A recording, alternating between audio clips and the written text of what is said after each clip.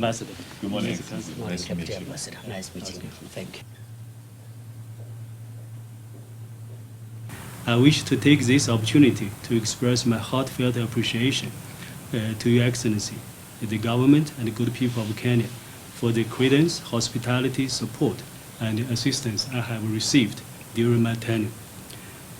Mr. Deputy President, whether living in and working in Nairobi or traveling across this great nation to over 40 countries, I have seen with my own eyes the steady, substantial, and sustainable development.